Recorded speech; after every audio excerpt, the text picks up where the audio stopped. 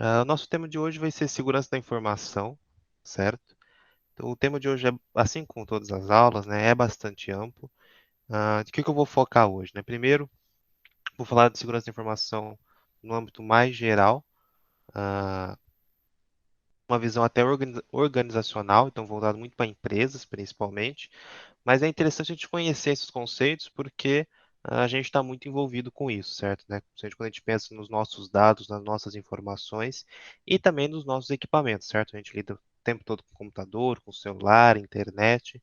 Então é importante a gente compreender algumas coisas relacionadas à segurança da informação, mesmo que mais conceitual, algo mais voltado para a empresa, mas é interessante a gente entender isso e depois dessa primeira parte, onde a gente vai focar nessa questão, eu vou apresentar algumas ameaças clássicas, digamos assim, pensando no lado da tecnologia. Então, né, quais vírus, ameaças que a gente mais enfrenta. Não são todas, claro, eu trouxe só algumas para a gente ter uma ideia, o que que elas, qual que é o objetivo delas, como que elas agem, e por fim dar algumas dicas de como a gente se prevenir no dia a dia, certo? Né? Como que a gente age em relação a isso. Então, primeiro, são três partes. A primeira é essa parte mais teórica, vendo o que que é segurança da informação, depois vendo as principais ameaças e, por fim, formas de prevenção, certo? Então vamos começar.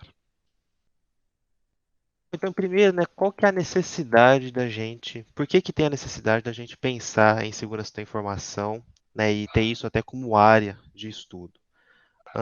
Cada vez as pessoas e organizações utilizam mais e mais os computadores, sistemas de informação, né, informáticos automatizados, e compartilham dados pela internet, certo? Então a gente tem ali, a gente viu nas aulas de redes, inclusive, nas duas últimas aulas, certo? Tratando um pouco sobre isso, as últimas três aulas, aliás.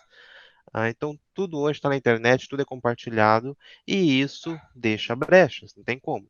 E a informação, ela se tornou, né, um bem extremamente valioso. Sempre foi, mas eu acho que no contexto atual, a informação é a chave de qualquer negócio. E muito dessas informações devem ser compartilhadas com determinados grupos de pessoas, seja para comunicação interna ou externa. Então, pensando numa empresa, ah, uma empresa, mesmo dentro do local de trabalho, dentro da sede, por assim dizer, ela tem uma comunicação interna de dados, certo? Você vai ter vários equipamentos, vários computadores, servidores, e os dados vão ter que percorrer de um para o outro de alguma forma, nesse grupo de pessoas.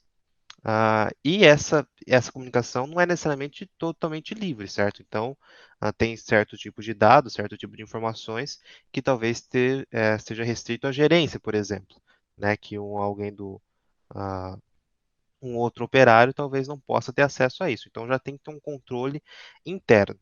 Mas não só isso, né? Uma empresa talvez tenha mais de uma sede, ou ela também tem que passar informações para os seus clientes, por exemplo, seus consumidores. Então, também tem essa comunicação externa. Não? Então, tudo isso vai envolver informação e informação sendo compartilhada através de uma rede, através da internet. Então, como eu disse, né, a gente tem esse tráfego de informações nas redes, na internet. Essas informações podem ser banais, né, informações sem tanta importância, ou públicas, pelo menos, né, que se alguém tiver acesso a isso, isso não é um problema. Mas a gente pode ter informações confidenciais, certo? Eu estou falando muito de empresa, mas muito dessas coisas se aplica a nós também, certo? Então, algumas informações, por exemplo, a gente coloca em rede social, como informações banais, nome, né, algumas informações pessoais sobre a gente, mas que sem tanta importância. Mas existem outras informações que podem ser consideradas confidenciais, como, por exemplo, número de cartão de crédito, talvez, e que a gente ainda utiliza isso na internet de alguma forma, né? A gente vai utilizar isso em algum momento, mas veja que a gente tem que se preocupar com a confidencialidade dessas informações, né? Elas não podem ser de livre acesso para qualquer um. Então, de alguma forma, essas informações devem ser protegidas. Né, dentro desse contexto, a gente não pode esquecer que existem pessoas mal intencionadas, que vão, né, querer acessar essas informações para obter algum tipo de vantagem, algum tipo de lucro. Então, a gente está sujeito a acesso indevido, a invasões e assim por diante. Então, a gente tem informações, essas informações têm valor, né, às vezes são informações sensíveis, e tem pessoas com interesse nisso, né? Pessoas, organizações com interesse nessas informações e por isso a gente precisa de alguma forma protegê-las. Além disso, né, indo para um lado mais prático, mais pragmático também, recentemente, né, uns 2 anos atrás, 2018, foi aprovada a Lei Geral de Proteção de Dados Pessoais, na LGPD. A gente poderia falar um dia só sobre essa lei, né, o que que ela abrange, mas só para trazer de ideia aqui por que que as empresas têm que se preocupar com isso. Por exemplo, uma empresa como o Facebook ou uma rede social ou, por exemplo, um varejo que vai ter informações sobre seus clientes. Então, imagine que você tem sua conta ali na americanas.com, só citando de exemplo, e ela tem essa informação de vários clientes. Ali ela tem seu nome, seu CPF, e-mail, a senha que você acessa e possivelmente ela também tem registrado dados de pagamento. Então, você colocou ali seu cartão de crédito e você pode ter colocado ali para salvar. Olha, para as compras futuras, eu quero já ter salvo aqui. Você confia que eles estão protegendo esses dados, que eles estão seguros com a Americanas. Mas é, infelizmente, comum, né? Não é, sim, comum, assim, não é que vai acontecer sempre, mas existem vários episódios de vazamento de dados de empresas grandes, né, onde dados dos usuários vazam. Né, e aí as pessoas têm acesso a isso, seja por invasões, seja como for. Pela LGPD, isso é passível de multa, certo? Uma vez que você confiou esses dados à empresa, ela tem o dever de garantir a proteção deles. E caso isso não seja feito, ela pode sofrer uma multa simples de até 2% do faturamento da pessoa jurídica de direito privado, grupo ou conglomerado, aqui na lei, né, por isso está mais formal, no Brasil no seu último exercício excluindo os tributos, limitada no total a 50 milhões de reais por infração. Né? Então, multa diária, observando o limite aqui de 50 milhões, mas o cálculo em cima do faturamento. Ou seja, se a empresa não está adequada à Lei Geral de Proteção de Dados Pessoais, então houve um vazamento, houve alguma quebra de segurança, ela pode pagar até 50 milhões de reais por dia por essa infração.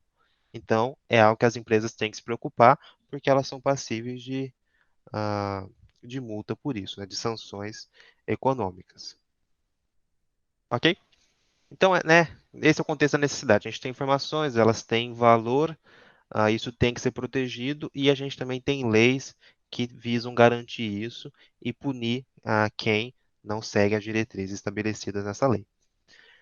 Então, agora vamos entender primeiro um pouco melhor o que que é informação, né? A gente fala que é tanto de informação, mas entender um pouquinho melhor conceitualmente o que que é.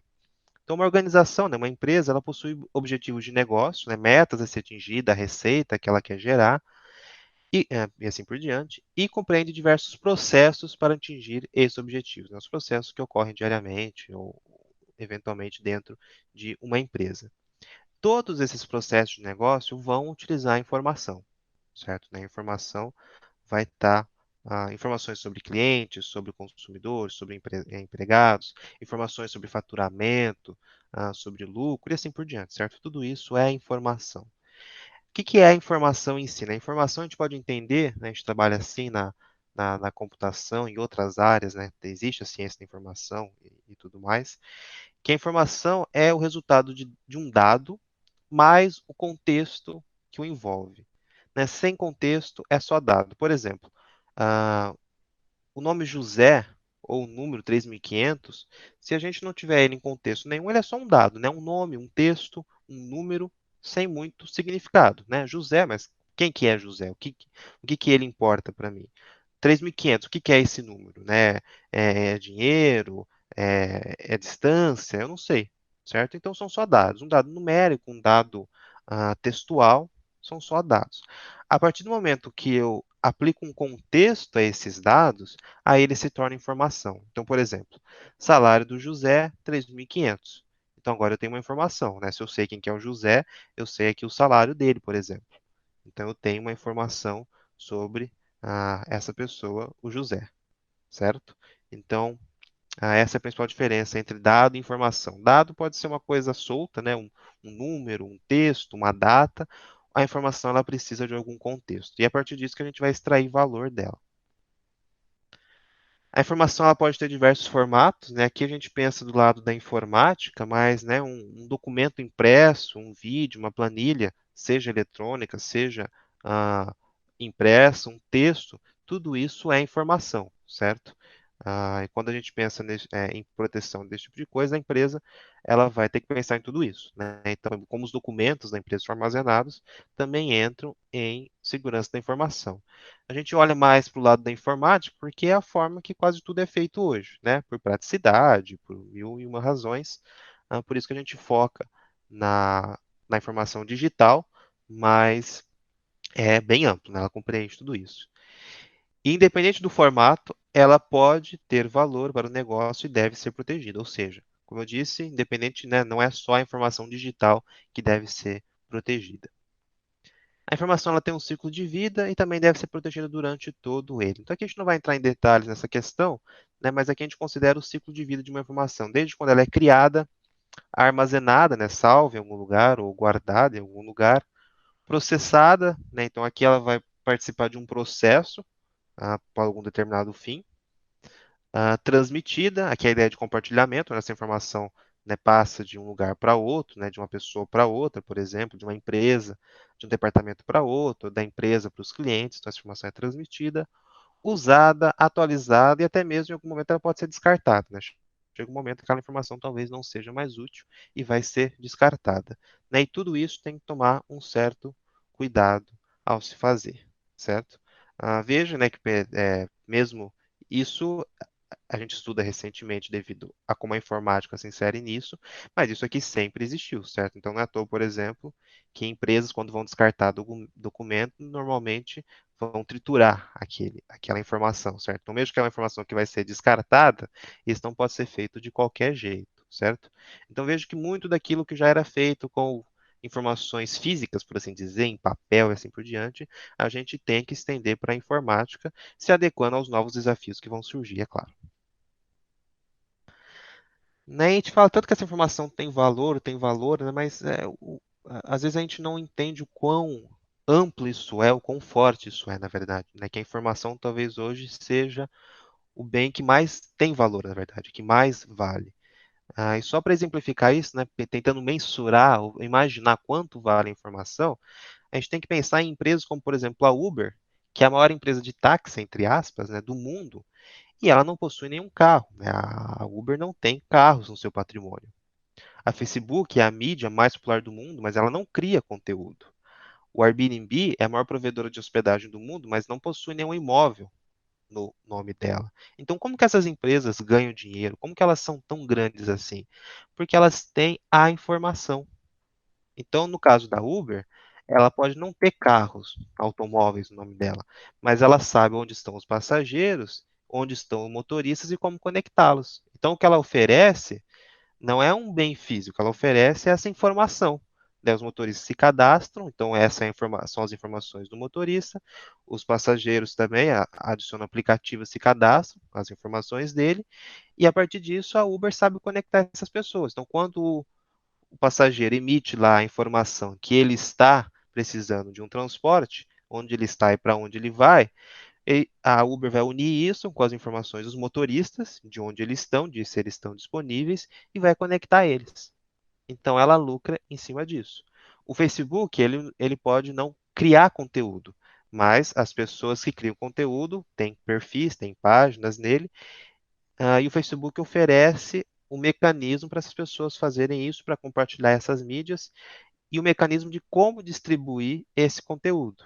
Né? Então aí também entra informação, por exemplo, o Facebook, a gente sabe, né, já houve até polêmicas em relação a isso, a como o Facebook usa nossos dados, mas uma das formas é que a partir do que a gente faz na rede social, né, do que a gente compartilha, do que a gente curte, ele vai traçando um perfil nosso.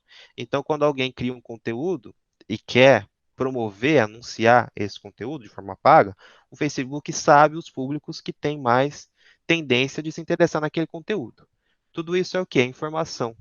O Facebook tem essa informação e extrai valor a partir disso.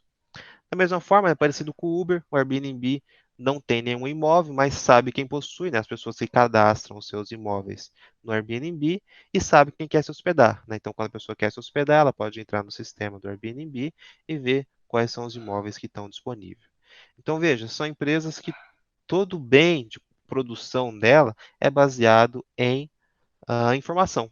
ela não produz um produto físico, ela não tem insumos físicos, né? Claro, os que precisa para trabalhar, mas o bem de produção dela, onde ela obtém o lucro, é em cima de informação. Então vejo que, não vou focar muito nesse diagrama também, ah, mas, né, pensando numa organização, nos processos de negócio para atingir objetivos de negócio, a gente tem os fatores de produção. ah, Tradicionalmente a gente tem o capital, o trabalho, a matéria-prima, mas, claro que desde sempre, mas acho que hoje em particular é muito importante a gente considerar a informação como um desses fatores de produção. Peraí que tem uma travada. Aqui, foi. Bom, então a partir dessa necessidade e da importância de proteger a informação, que tem valor, surge a área da segurança da informação, certo? Já que a informação tem tanto valor, veja que ela é a base de muitos negócios atualmente, é importante protegê-la e aí surge a área da segurança da informação. O objetivo dessa área é garantir a proteção da informação, minimizando as ameaças, riscos e vulnerabilidades, sempre tendo em mente que é impossível garantir um sistema totalmente seguro, né? Isso é algo que é importante a gente entender também. Não tem como garantir 100% de segurança. Sempre vai ter brecha, sempre vai ter a chance de algum problema, né? Mas o objetivo é tentar minimizar isso ao máximo. E como que a segurança da informação protege o valor das informações, né? A base é tentar garantir essas três propriedades da informação que a gente vai ver daqui a pouco com mais detalhes. Primeiro, garantir que a informação é acessada somente por entidades autorizadas. Entidades aqui para englobar tanto pessoas como grupos, organizações de forma bem genérica, que seria a confidencialidade. Então, a informação ela pode ser confidencial, podendo ser acessado somente por um certo grupo de entidades. E esse é o que a gente mais lembra, certo? Mas às vezes a gente esquece de outros fatores importantes, como esses dois, que é a integridade, que é que a informação permaneça íntegra, completa e verdadeira, a gente vai ver isso com mais detalhes, e que ela estará disponível sempre que necessária, que é a disponibilidade. Então, começando pela confidencialidade, que é o que a gente pensa mais naturalmente, né, quando a gente fala de segurança da informação. A propriedade da informação é a propriedade da informação não ser divulgada para partes não autorizadas, certo? O que inclui indivíduos, entidades, processos e assim por diante. Então, aqui é a ideia de que a informação seja confidencial, então é um grupo seleto de pessoas que pode acessar e a gente tem que criar mecanismos para que isso ocorra, né, para que acesse apenas quem tem esse direito. Exemplos aqui de uma área de problemas, né, de ameaças à confidencialidade. Empregados desligados da organização continuar com acesso a arquivos corporativos, certo? Esse é um problema ah, que tem que ser lidado com certa cautela. A pessoa trabalha naquela empresa, então ela tem acesso a algumas informações, né, com que ela trabalha, do departamento dela, o que seja, e quando esse empregado é desligado, tem que se garantir que esse acesso seja cortado também, certo? Do contrário, ele vai continuar tendo acesso àquilo, e isso pode ser problemático, seja porque, sei lá, ele está com raiva da empresa, quer expor aqueles dados, seja porque ele vai trabalhar para concorrente, e aquelas informações podem ser interessantes, né, para ser usadas pela concorrente, o que seja, né, mas isso tem que ser levado em consideração.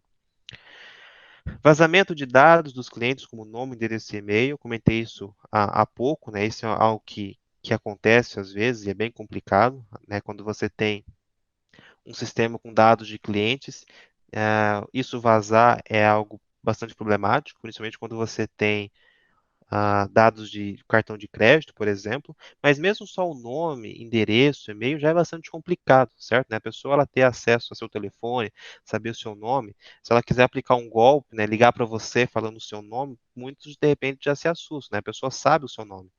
Ela não liga falando, como muitos fazem, né, quando faz um trote, que é só ligar sem informação nenhuma sobre você e tentando te guiar, te manipular. Se ela já tem dados sobre você, dados sensíveis que a gente fala, isso torna o golpe até mais fácil. É bastante problemático.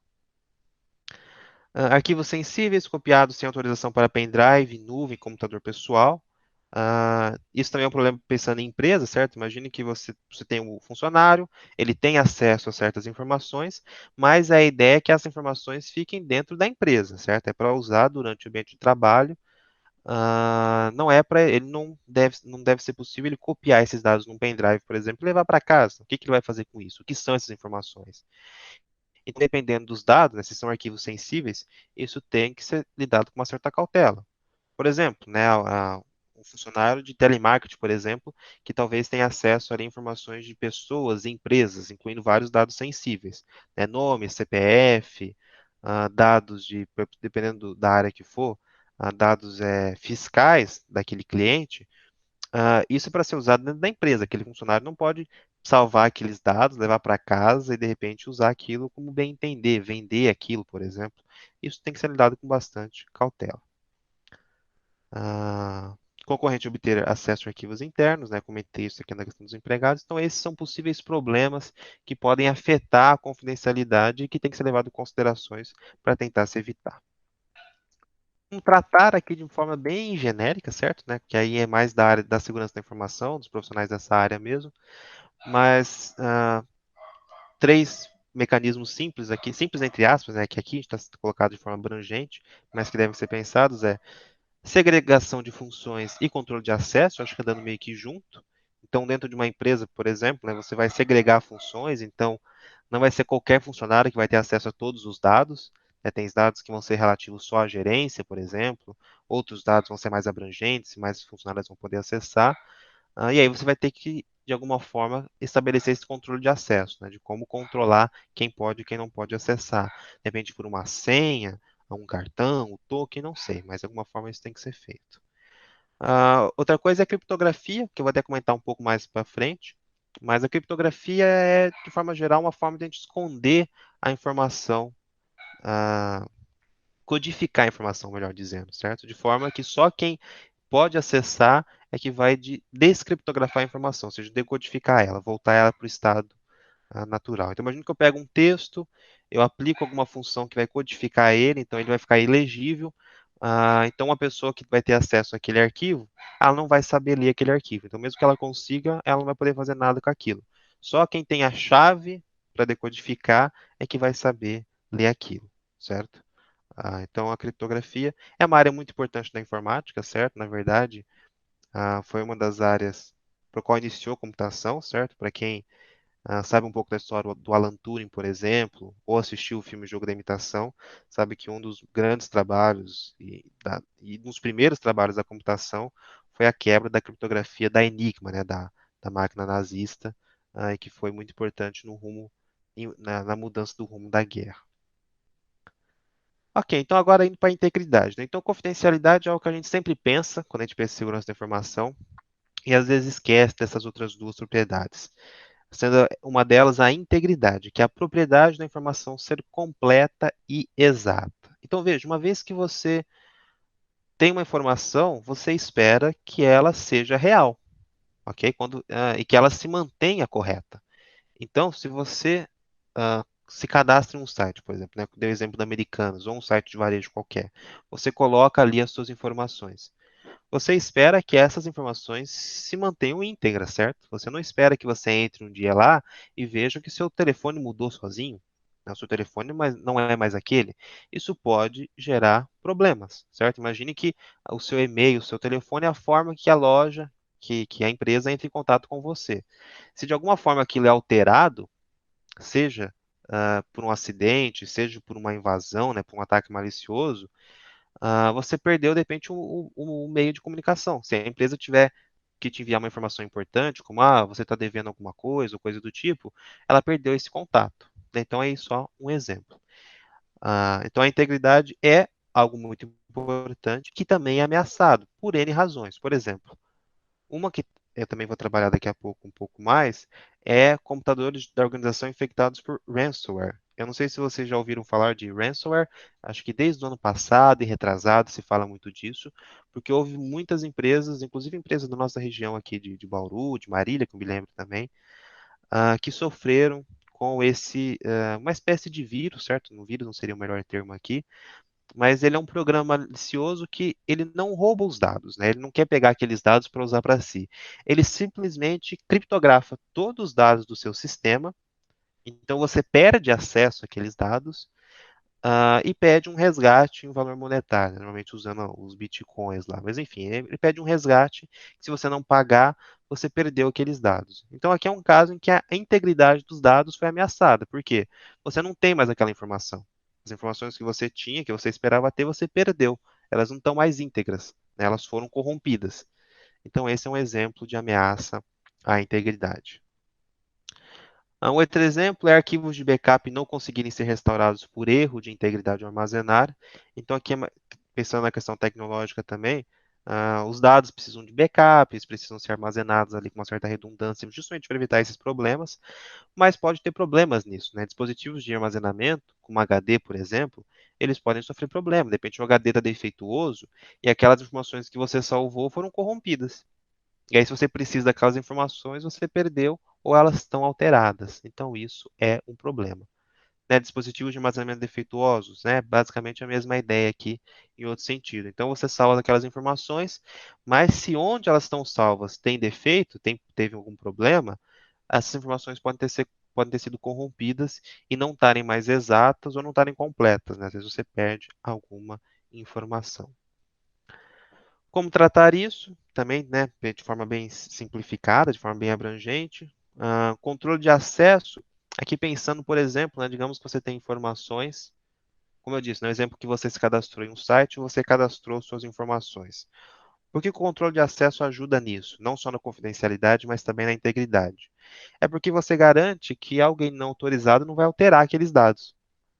Né? Então, alguém de repente vai lá e altera as suas informações por livre e espontânea vontade. Um funcionário da empresa, por exemplo.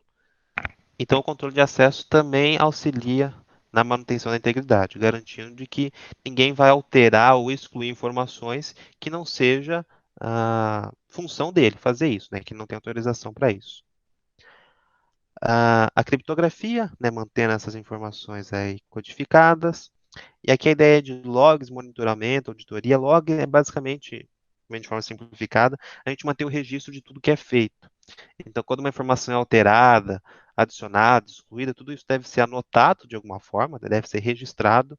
Então, caso haja algum problema, pode-se consultar esses registros e tentar buscar qual que foi o problema e buscar recuperar a informação, certo? Então, são formas de garantir a integridade ou garantir que tenha como recuperar a informação caso haja algum problema. A auditoria, né, todo mundo já conhece mais ou menos a ideia, mas também, né, quando se há dúvida de que as informações estão íntegras, pode-se fazer uma auditoria e vasculhar isso mais a fundo. Por fim, a disponibilidade, que é a propriedade da informação de ser acessível e utilizável por entidades autorizadas. Então, veja, a ideia é que a informação só pode ser acessada por quem tem autorização. A gente espera que ela se mantenha íntegra, ela se mantenha verdadeira, real, e a gente também espera que a gente tenha ela sempre disponível quando a gente quer, certo? Isso é importante para um negócio, principalmente, né? Se você depende de um sistema, por exemplo, né, aquele sistema de informações, se ele cai, se ele está indisponível em um certo momento, isso pode representar prejuízo para o negócio, certo?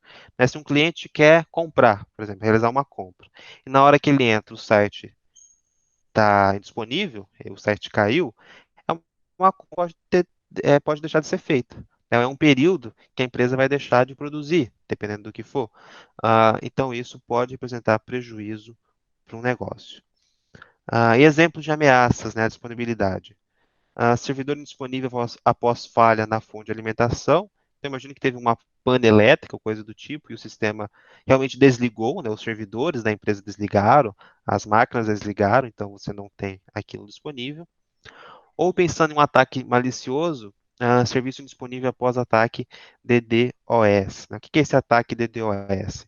De forma simplificada também, ah, é um tipo de ataque onde o hacker ele tem o objetivo de derrubar um servidor, derrubar um site, e o que ele vai fazer é o seguinte: todo sistema ele tem a gente viu a questão de hardware, a gente viu a questão de memória RAM, processamento, e que isso tem limite, certo? O computador, por mais potente que ele seja, ele não tem recursos limitados. Então, um site, por exemplo, um sistema que várias pessoas acessam, né, por exemplo, um sistema grande que está na internet e pode ter pessoas do mundo inteiro acessando, ele vai ter um número de recursos muito grande para comportar isso, mas ele tem um limite, ok? O que que o ataque DDoS faz? Ele tenta estourar esse limite. Então, basicamente, o modus operandi desse ataque é o hacker ele vai infectar vários computadores que vão trabalhar como zumbis, a gente fala. Ele não quer esses computadores, né? Ele não quer pegar as informações das pessoas, ele não quer nada disso. Ele só quer fazer que todos esses computadores tentem acessar um certo site, um certo sistema ao mesmo tempo. E fica tentando acessar, jogando pacotes enormes, até que o sistema não aguenta. Ele estoura os recursos que ele tem e o sistema cai, certo? Então, esse é um dos ataques mais simples, mais comuns e que ataca justamente a disponibilidade, né? O sistema sai do ar e isso pode ser problemático.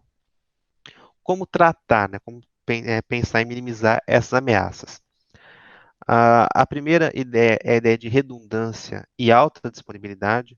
O que seria que é? A redundância é algo importante quando a gente fala na computação, quando a gente pensa em projeto de redes, qualquer projeto dentro da computação, que é o seguinte: é você ter sistemas redundantes que, se um cair, o outro vai suprir. Então, por exemplo, imagine que você tem um sistema, você tem aquelas informações necessárias. Talvez seja interessante que você não você concentre informações em um certo lugar, mas que você tenha outros sistemas que também têm aquelas mesmas informações. Ah, mas eu não estou perdendo ah, recurso com isso, né? De repente eu tenho bastante espaço de armazenamento, eu tenho vários servidores espalhados, diversas sedes, mas eu estou usando todos eles para armazenar as mesmas informações. Bom, em algum sentido você está perdendo, você poderia estar armazenando mais coisa, mas você está usando vários sistemas para armazenar a mesma coisa. Mas o que acontece é que se um cai, os outros ainda podem estar disponíveis e podem suprir aquele servidor que caiu. Então, se um servidor, por exemplo, sofre um ataque DDoS e é derrubado e cai, vai ter outros sistemas redundantes que vão entrar no lugar. Falou, opa, se aquele deu problema, então agora a informação vai vir daqui, certo? Então, isso acontece bastante. Assim como, por exemplo, se um equipamento queima, de repente tem outro equipamento que já vai entrar no lugar, né? Então, no caso de redes, ah, se um roteador queima, por exemplo, um switch, algum sistema desse tipo, um departamento ia ficar inteiro sem internet. Então, talvez pode-se pensar em ter mais de um switch de forma redundante, né, que não seria necessária a princípio, mas que se um tiver problema, se um queimar, tiver instabilidade, o outro vai suprir, né? Então, isso ajuda a lidar com a disponibilidade. Claro, aumenta os custos e tudo mais, mas é um mecanismo interessante. Plano de continuidade e recuperação de desastres, né? Então, aqui é a ideia de que se há um problema, né, o servidor cai, alguma coisa queima, tem que ter um plano para como sair dessa, né? Então, como substituir aquilo, como lidar com aquilo da melhor forma possível, da forma mais rápida possível. Ah, outra opção, né, cópias de backup e processo de restauração, para caso a gente perca alguns dados aí, a gente tem isso salvo em outro lugar, para caso seja necessário fazer backup. Ok? Então, essas são as três propriedades acho que mais importantes a se pensar quando a gente pensa em segurança da informação, o que a gente quer manter? A gente quer manter a confidencialidade, a integridade e a disponibilidade da informação. Então, esses são os três pontos chaves. Outro ponto que às vezes as pessoas incluem junto com esses três, às vezes não, mas que eu acho que é interessante tratar, é a autenticidade. Então, aqui a ideia é que, além da informação ela ser confidencial, íntegra e disponível, muitas vezes é importante te garantir de onde vem aquela informação, certo? Garantir de que ela é autêntica, que é uma informação, que é a garantia da veracidade da fonte das informações, como está escrito ali. Normalmente é por meio da autenticação que é possível confirmar a identidade da pessoa ou entidade que presta as informações, né? Então, por exemplo, se você. Um exemplo claro disso é quando a gente tem certificados com assinatura digital. Acho até que eu abri um exemplo aqui, deixa eu ver se eu acho aqui. E é comum a gente ter um código nesses certificados que é para garantir que aquele certificado foi gerado por aquela instituição, né? Do contrário, um documento texto, né, qualquer um pode formatar, digamos, fraudar, forjar, parecido com aquela formatação que você olha e, nossa, parece um certificado, um documento daquela instituição. Mas talvez não seja. Isso pode ser problemático. Então, a autenticidade tenta garantir esse tipo de coisa. uma das formas é a assinatura digital, que é justamente isso, né? Existem várias formas de fazer, mas uma das formas é gerar um código que através dele você consegue confirmar que é daquela instituição. Deixa eu ver se eu acho aqui. Ó, esse é um documento, não estou mostrando ele completo, certo? Mas. Deixa eu ver que eu acho que deu um problema. Aqui, tudo certo. Nesse documento, é um documento meu de declaração de benefícios da CAPES, certo? Eu faço mestrado, recebo bolsa da CAPES. E aí, para dependendo do que eu for fazer, eu posso precisar comprovar que eu recebo esse benefício, certo? Ah, ah, então, eu preciso de uma declaração. Tradicionalmente, a gente tem declarações assinadas pelas pessoas, certo? Né, como a gente está acostumado. Mas quando a gente pensa em arquivo digital, é interessante a gente ter essa assinatura digital. E como que é feito nesse caso aqui? Mas várias outras instituições fazem da mesma forma. Ele te dá um código, né? Esse código foi gerado pela CAPES.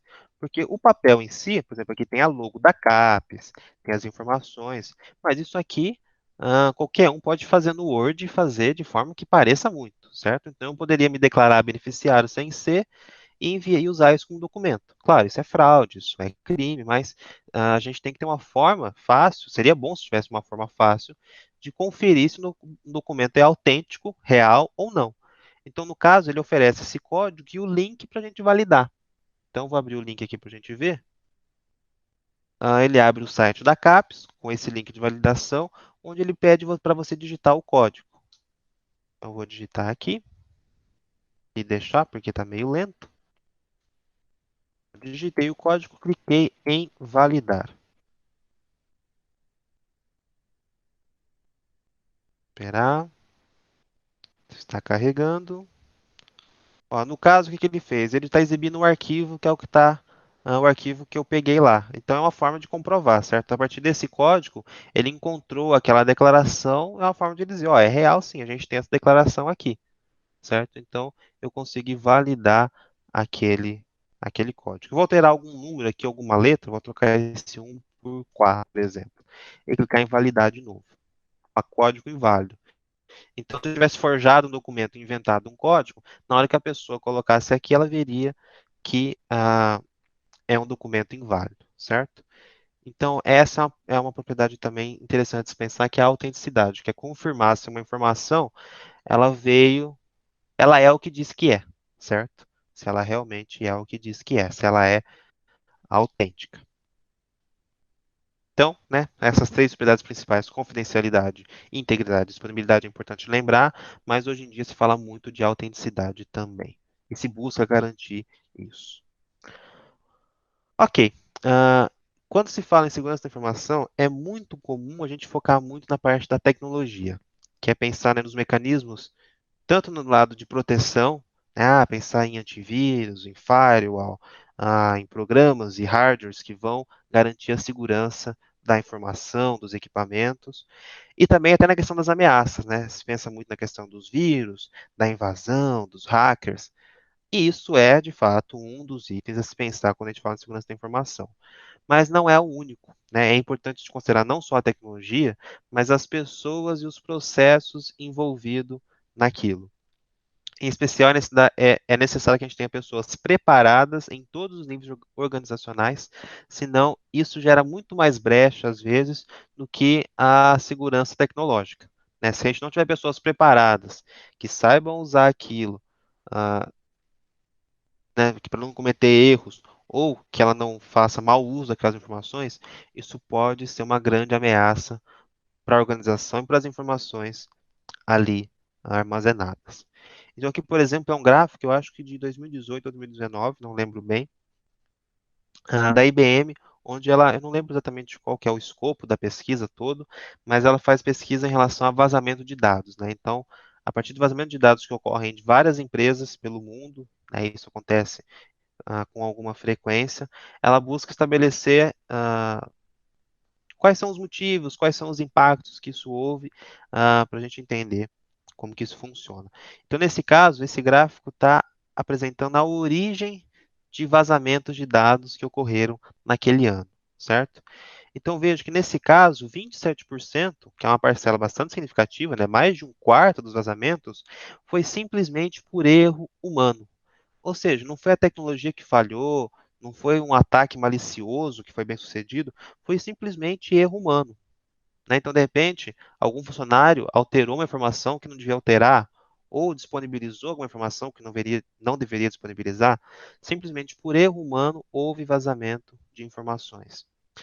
25% foi por erro no sistema, aqui sim no lado tecnológico, e 48% ataque malicioso ou criminoso, né? E nesse caso aqui, a gente pensa no lado tecnológico, mas aqui a gente não consegue saber, mas também pode, um ataque malicioso talvez seja um funcionário, por exemplo, que divulgou informações porque quis, né? Então aqui erro humano seria acidental, mas se algum funcionário foi lá, copiou as informações no pendrive e depois divulgou isso de má intenção, isso entraria aqui. Então veja que mesmo nesse caso, ah, a ideia de pessoas e processos, ela está envolvida bastante, pode estar bastante envolvida nessa parte. Então, quando a gente pensa só no lado tecnológico, a gente pensa só nisso aqui, ó, erros de sistema e para dificultar aqui os ataques maliciosos e criminosos também. Mas alguns tipos de ataques e o erro humano, a gente não está considerando quando a gente pensa só na tecnologia, certo? Então é importante a gente considerar as pessoas e os processos envolvidos. Ok, né? Então, a gente falou de organização, os processos de negócio que a gente deseja proteger. Um segundo. Ah, então, agora entrando na parte de ameaças, riscos e vulnerabilidades. O que que é um risco no caso aqui, né? Quando a gente pensa em risco, a gente pensa qual que é o risco de um processo falhar e qual que vai ser as consequências disso, certo? Então, o risco ele é o efeito da incerteza nos objetivos. De forma simples, né, a gente pode pensar como uma relação entre a probabilidade da ocorrência de uma certa ameaça e quais vão ser as consequências caso ela ocorra. E a segurança da informação vai tentar minimizar esses riscos, certo? Então, por exemplo, se a gente pensar uma ameaça física que é um furacão, por exemplo, um furacão, digamos que a nossa empresa não está preparada para isso, então o furacão iria acabar com a empresa, iria destruir todos os sistemas, né, boa parte da empresa, então muita informação ali também se perderia, tanto digital como física, certo? Então é algo que pode ter consequências terríveis. Mas quando a gente pensa em risco, a gente não pensa só nas consequências, a gente pensa na probabilidade daquilo ocorrer. Então, se minha empresa está situada em um local onde não tem furacão ou a probabilidade é muito baixa, a gente tem que pensar que talvez não vale a pena a gente investir muito dinheiro em se prevenir para caso ocorra um furacão, porque a probabilidade disso acontecer talvez seja muito baixa, certo? Agora, se a probabilidade for alta, aí sim, né, a probabilidade de ocorrer é alta e as consequências são graves caso ocorra, aí com certeza é algo que a gente tem que tomar bastante cuidado e a segurança da informação vai atuar com força nisso. Tem aqui outros exemplos de ameaça, né? Incêndio, uma ameaça física também, mas que pode ser mais provável do que um furacão, por exemplo, então a gente tem que ter mecanismos. E se acontecer, pode danificar equipamento, a gente pode perder os dados armazenados ali, então é algo que a gente tem que pensar em se prevenir. A invasão, pensando, né, nos vírus, nos hackers, né, na invasão, erro humano, então tudo isso é analisado quando a gente pensa em riscos. Então, nesse caso, a ameaça é a causa de um incidente indesejado, certo? A vulnerabilidade é a fragilidade de um ativo, né? A informação é considerada um ativo que pode ser explorado. Então, nesse, a gente tem um ponto de vulnerabilidade, a gente tem que pensar que é esse ponto que as ameaças vão tentar explorar. E os controles, né, são as medidas de segurança que a gente vai adotar. Elas tentam modificar o risco para um nível aceitável. Lembra? Dificilmente a gente vai conseguir anular um risco, ou seja, agora não tem mais problema, mas a gente tenta minimizar o máximo possível, né, pelo menos para um nível aceitável. O que que os controles vão fazer a princípio? Eles vão tentar tratar a vulnerabilidade para reduzir a chance das ameaças explorarem essas vulnerabilidades. Pensando nas ameaças, né? Quais são algumas ameaças típicas que a gente tem? Bom, primeiro a gente pode pensar nas ameaças humanas, começando pelas não intencionais, que seriam o erro humano, né, os acidentes. Por exemplo, né, a ideia de colaboradores, funcionários mal treinados. Então, se eles não foram treinados para usar um certo sistema, o uso pode ser incorreto, pode ter algum problema nesse sentido, e ele vai acabar expondo ou danificando informações ali simplesmente pelo mau treino, certo? Então, se ele tem acesso a informações confidenciais, mas ele não foi bem treinado em relação a isso, talvez ele acabe tirando um print da tela, por exemplo, e mandando para um amigo, pronto, ele expôs aquelas informações. Então, aí ele não teve a intenção de fazer mal para a empresa, de prejudicar de alguma forma, mas como ele não foi bem orientado, ele pode acabar cometendo esse tipo de erro. Colaboradores também negligentes, então aqui é o caso, né, que de repente ele tem o treinamento, mas ele simplesmente foi negligente com as suas funções, e isso expõe as informações. Ou curioso, né, que vai fuçar o sistema ali onde não devia, e também isso pode representar uma ameaça. Ou a gente também tem as ameaças humanas intencionais, aí a gente tem a ideia dos colaboradores desonestos, está escrito errado aqui, ou insatisfeitos, que de repente querem realmente prejudicar a empresa e a partir disso vão expor ou danificar aquelas informações. Temos também os hackers, né, ou hackers, como se pronuncia corretamente, hoje em dia a gente está adotando mais essa pronúncia, né, que vão tentar aí atingir a empresa, seja para ter acesso aos dados, seja para danificar. E também os concorrentes, né, que talvez tenham interesse em obter aqueles dados, né, são dados às vezes sensíveis, são dados estratégicos que podem ser utilizados. Mas a gente também tem as ameaças não humanas, certo? Aquelas que não são derivadas do ser humano. A gente tem as naturais, como a gente já citou algumas, né, tempestade, nevasca, furacão, terremoto, inundação, que são eventos naturais que podem acontecer e podem danificar equipamentos, danificar sistemas, e a partir disso a gente pode perder dados, por exemplo, vai ameaçar a disponibilidade, vai ameaçar a integridade, certo? São todos itens que a gente tem que considerar na segurança da informação. Físicas, mas não naturais, como fogo, né, água, então tem um vazamento ali perto do servidor, de repente pode molhar aquilo e danificar, poluição, acidentes, né? Então são ameaças físicas que podem acontecer. Ou também ameaças tecnológicas, como um defeito em equipamento, né? Equipamento informático pode dar defeito, eventualmente vai dar defeito, na verdade, isso tem que ser considerado. Falha na climatização, computador esquenta, e quando a gente fala de servidores, isso aumenta bastante o nível, né? Ele esquenta bastante, então normalmente as salas de servidores são climatizadas, tem ar-condicionado para manter aquilo na temperatura correta. Se tiver alguma falha e isso não foi identificado, é possível que aquilo esquente até começar a danificar os dispositivos. Então, isso é um problema tecnológico. Erro em software, que é o caso de bugs, né? Então, veja, o software, né, programas de computador são escritos por pessoas. Então, por mais que tenha ali um processo, né, tenha toda a área de engenharia de software, que a ideia é tentar produzir o software com a maior qualidade possível, mas é suscetível a erros, certo? Erro humano, que seja, na hora de codificar, e isso, na hora do produto final, a gente vai ter bugs, que a gente fala, né? Erros que podem acontecer. E esses erros ah, podem representar uma ameaça para a empresa, para qualquer um daqueles itens, certo? Imagine que seja um erro que de repente apagou uma informação que não era para apagar. Então, nesse caso, afetou a integridade e a disponibilidade. Ou de repente o erro no software fez o sistema todo cair, afetou a disponibilidade. Ou aquele erro em software expôs uma vulnerabilidade para ataques, né? De repente fez uma brecha que o hacker percebeu que se ele explorar aquele ponto do software, ele consegue acessar informações confidenciais. Então, nesse caso, o erro afetou a confidencialidade. Tudo isso pode acontecer. Outro caso ainda é a falha na rede elétrica, também pode ocasionar problemas. E essas ameaças, né, se elas forem concretizadas, elas vão causar danos, sejam danos diretos, né, que é prejuízo devido à própria ameaça, ou danos indiretos, que é a consequência depois do dano. Por exemplo, um exemplo clássico de dano indireto, quando a gente estuda as partes de segurança da informação, a gente vê que quase sempre ocorre, é que danifica a imagem da empresa, certo? Quando você trabalha com uma empresa, ela tem dados pessoais, seu, por exemplo, você como cliente, você como fornecedor, seja o que for, se de alguma forma aquela empresa expõe aqueles dados, né, aqueles dados são expostos, vai ter os prejuízos diretos disso, mas depois que tudo for corrigido, você perde a confiança naquela empresa, certo? Né? De repente ela não está protegendo os seus dados como deveria. Então, isso ameaça a imagem da empresa. Ou mesmo quando você imagine que você tem, hoje em dia tem vários sistemas de streaming, né, de vídeo. Tem Netflix, Amazon Prime, Disney Plus, que a gente utiliza para assistir filmes, séries e assim por diante.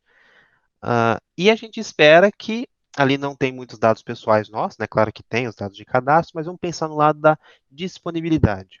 Você espera que quando você chega lá cansado do serviço, liga a TV, quer assistir um filme, você quer que o sistema esteja online. Você não quer abrir o programa e ver lá que o sistema está fora do ar. E isso é prejuízo para a empresa. Por quê? Porque justamente porque hoje em dia tem um grande rol de empresas de streaming, se uma delas começa a ter muito problema de disponibilidade, né, o sistema começa a cair muito, você pode começar a pensar de migrar para outra, ou de cancelar aquele serviço. Né? Olha, eu estou pagando já muitos serviços, mas tem esse aqui que quando eu quero assistir, está fora do ar. Então você começa a pensar em cancelar aquilo. Então, tudo isso impacta, causa danos à empresa. Se não for bem tratado, se essas ameaças são concretizadas causando os danos, isso é bem prejudicial para a empresa. Então, o que vai ser feito, né, no gerenciamento de riscos, que é uma parte muito importante dentro da segurança da informação?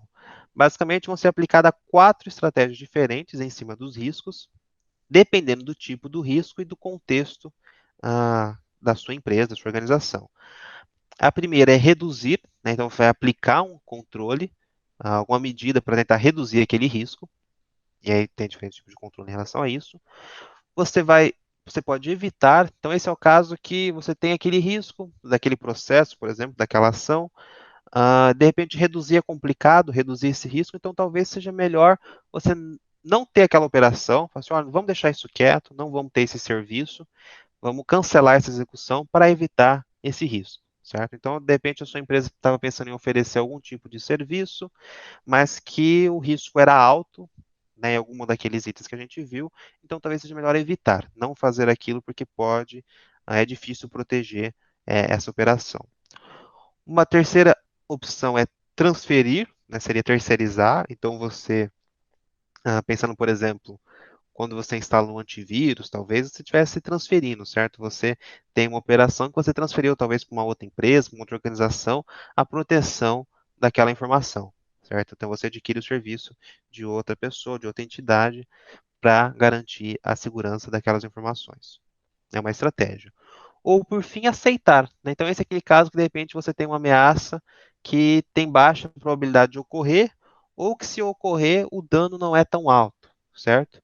Então, talvez não valha a pena você investir dinheiro em tentar reduzir ou minimizar aquele risco. Então, nesse caso, você aceita. Então, são as 4 opções que a gente tem: reduzir o risco, reduzir a ameaça, evitar a operação. Então, né, aí se você cancela o risco porque você não vai fazer aquilo, ou você transfere, ou você aceita. Então, né, para encerrar essa parte teórica, dando alguns exemplos de ameaças e o que ela afeta. Então, aqui dando um contexto, eu ia comentar no começo da aula, mas eu acabei esquecendo, mas vou comentar agora. Muito desse começo da aula, né, praticamente todo, foi baseado em uma aula que eu tive, certo, na Unesp, né? Então, os créditos são do professor Marcelo, que ministrou a aula de projeto de redes, a disciplina de projeto de redes na Unesp em 2019, primeiro semestre. Bom, então nesse exemplo aqui, ó, atualmente o setor de TI de uma universidade usa um único servidor para armazenamento de um banco de dados com informações sensíveis da universidade, como, por exemplo, detalhes de operações financeiras, lista de usuários e o planejamento de crescimento para os próximos 12 meses. Então, imagina que a gente está trabalhando em uma universidade e ela tem um único servidor, ou seja, um único local, que está armazenado informações importantes para a universidade. Informações como operações financeiras, os usuários cadastrados e até dados de planejamento da universidade. Esse banco é usado por diversos sistemas de organização e seu backup é feito em um servidor similar que está fisicamente armazenado no mesmo data center. Ou seja, você tem o servidor com os dados, você tem um servidor de backup, mas está no mesmo lugar, certo? Ele não está em outro local, está no mesmo local. Então, se der algum problema aqui, você tem esses dados nesse outro servidor, mas no mesmo local. Uma possível ameaça que a gente pode ter. O funcionário vende uma cópia da base de usuários, né? Então, um funcionário desonesto discretamente faz uma cópia de toda a base de usuários, contendo dados cadastrais e informações bancárias de professores, alunos, funcionários, técnicos e vende na Deep Web, né? Vende para alguém que possa ter interesse nisso. Então, o que, que a gente tem nesse caso? A gente tem que tipo de ameaça a gente tem? Humana, certo? Interno, no sentido que é um funcionário de dentro, certo? Não é algo externo, não é um hacker que de fora tentou ter acesso. É alguém de dentro que tinha acesso àquelas informações e representou uma ameaça. A gente não colocou aqui, mas é uma ameaça intencional também, né? Ele fez isso de propósito. Consequências que isso pode ter para a universidade. Multas e sanções devido à regulamentação de privacidade. Veja, né, a gente comentou no começo da aula sobre a LGPD, então a, a empresa ela se compromete, a organização se compromete em proteger aquelas informações. A partir do momento que você tem esse dano, você tem essa ameaça concretizada, isso vai causar multas e sanções. E danos à reputação da organização. Veja, quase tudo que acontece aqui tem como consequência indireta danos à reputação da organização. Né? Então, você, por exemplo, né, aqui a gente está pensando numa universidade privada, provavelmente, ah, e você, se você vai pensar em se matricular naquela universidade, né, você vai ver seus dados pessoais, os dados de pagamento, seus dados bancários, né, que você usa para realizar o pagamento das mensalidades e assim por diante. E se isso, de repente, tudo é exposto, você perde um pouco a confiança naquela universidade. Né? Como aqueles seus dados, você começa a ver que eles não estão bem protegidos. O que foi afetado nesse caso? Foi afetada a confidencialidade, certo? Os dados continuam disponíveis, continuam íntegros, isso não foi afetado, mas você perdeu a confidencialidade. Esses dados foram expostos para quem não deveria ser. Pensando no mesmo contexto, né, na mesma universidade, imagina agora uma outra ameaça em que um ransomware infecta o servidor principal. Lembra, o ransomware é aquele programa malicioso que ele vai criptografar todos os dados. Inclusive, ele está escrito aqui, ó. Utilizando técnicas de criptografia, o ransomware torna inacessíveis todos os dados armazenados no servidor. O invasor exige pagamento de um resgate em bitcoins em até 24 horas para restabelecer o acesso a informações. Então, nesse caso, a gente tem uma ameaça humana também, só que agora externa, certo? Não foi um funcionário interno, foi alguém de fora, um hacker. O que foi ameaçado? Bom, foi ameaçada a integridade e a disponibilidade. Ok? Então você perdeu aqueles dados, eles não estão mais disponíveis e não estão mais íntegros, eles não estão mais corretos, eles estão todos corrompidos. E o que a gente tem de consequência? Bom, os dados estão inacessíveis, então os sistemas também vão estar disponíveis. A operação parada, muita coisa vai ter que parar na universidade, ali, né, as operações que são feitas.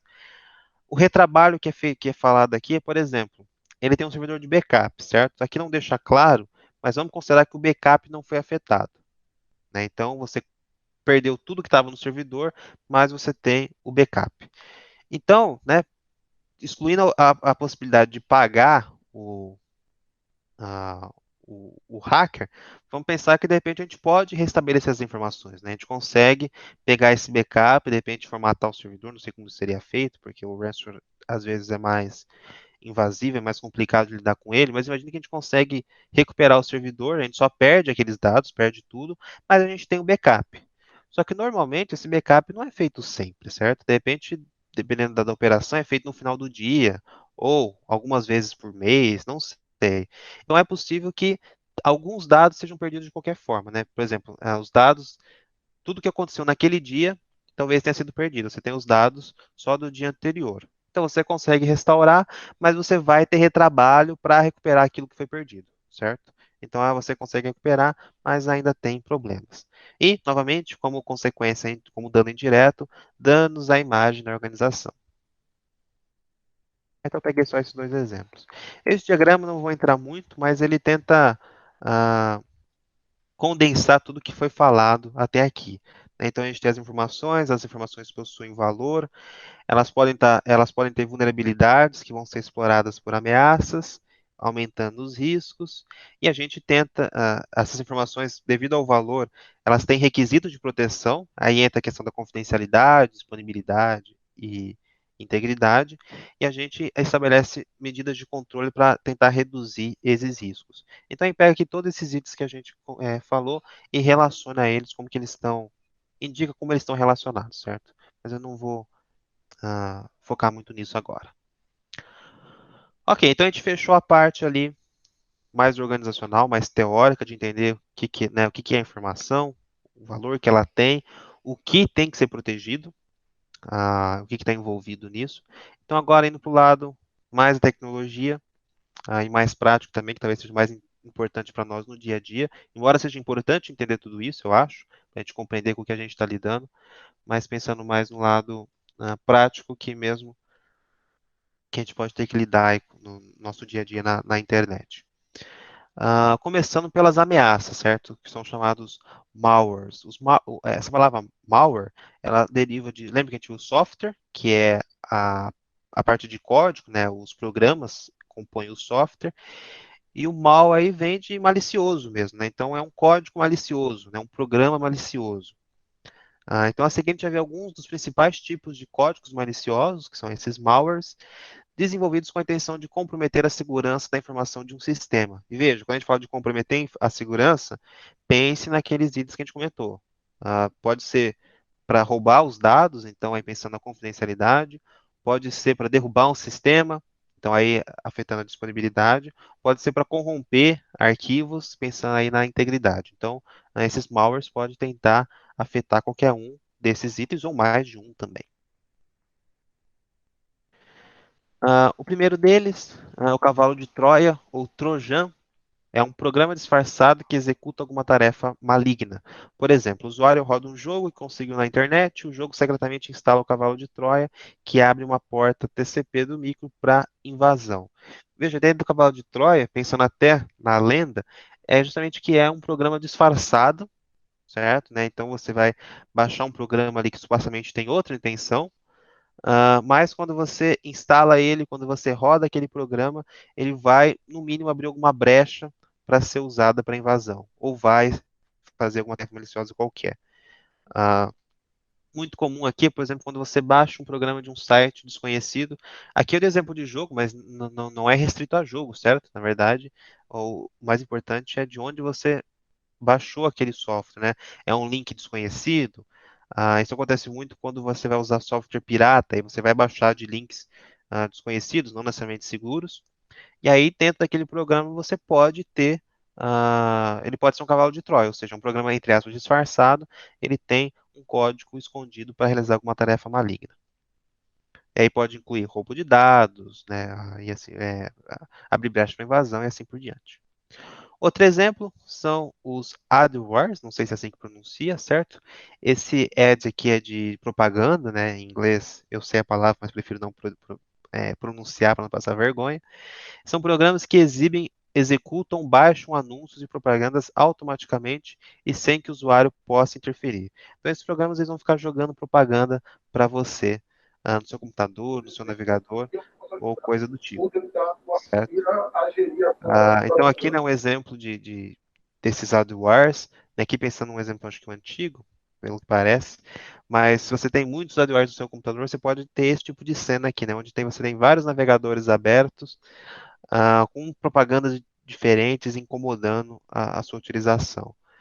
Quando a gente usa, é bastante comum também aparecer aquelas guias, né, aqueles pop-ups que a gente fala, com propagandas, e essas propagandas podem tanto esconder fim malicioso, né?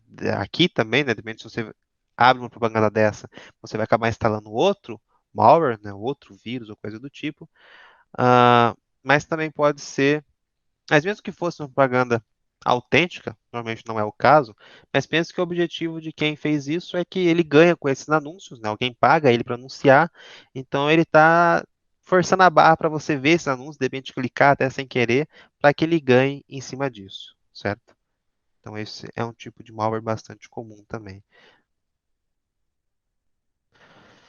Outro é o spyware. O spy, né, em inglês, significa espião, e é esse o objetivo dos spywares, certo? É monitorar as ações do usuário, então, de alguma forma, obter informações sobre você ou sobre sua empresa e assim por diante. Esse monitoramento pode ter diversos fins, como, por exemplo, avaliar hábitos de navegação para definir como atingir os usuários com mais eficiência em propaganda, certo?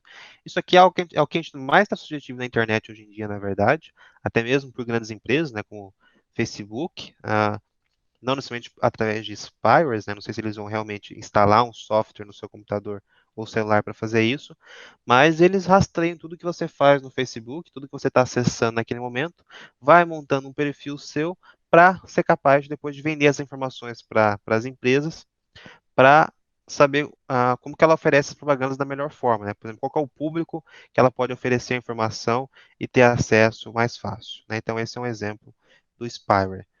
Ou até mesmo roubo de informações pessoais, como logins e senhas, certo? Por exemplo, um spyware bastante comum, ou bastante conhecido, são os keyloggers, que eles conseguem rastrear tudo que você digita no teclado, certo?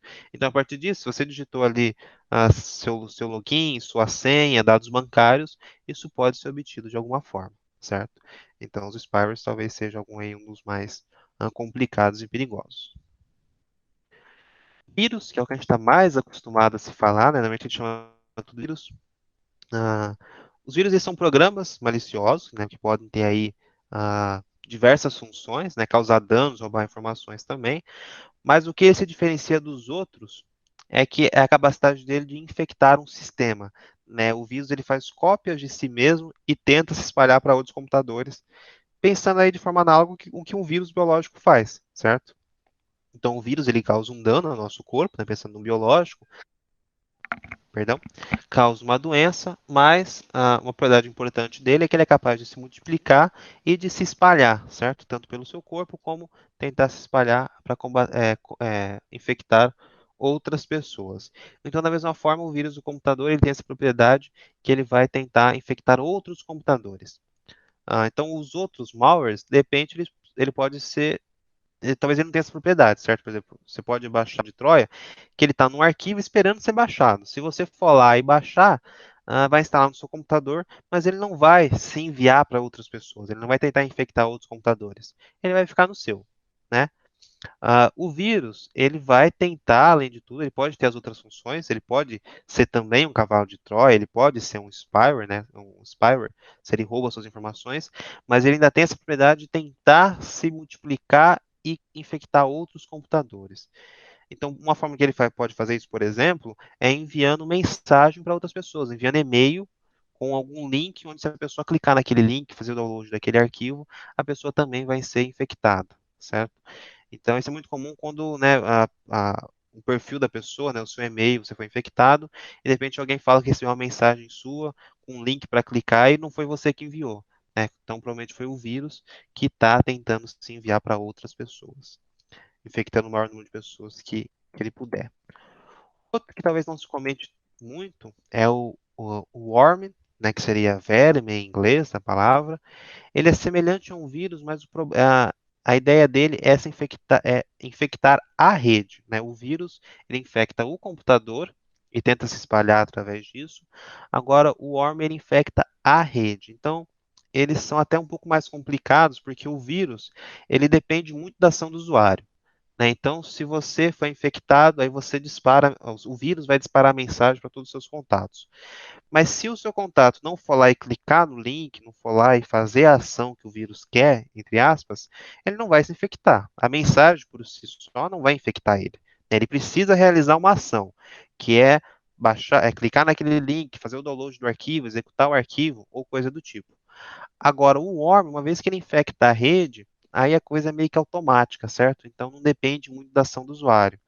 Então aqui o ponto-chave é que a rede esteja bem configurada, a rede seja segura, porque se tiver alguma brecha por esse worm, aí não depende muito mais da ação do usuário. Você não precisa executar nada, né? A coisa é feita de forma automática e ele também tenta se espalhar e disparar para outros dispositivos, assim como o vírus. Então ele é bem parecido, mas ele é na rede e ele não precisa da ação do usuário.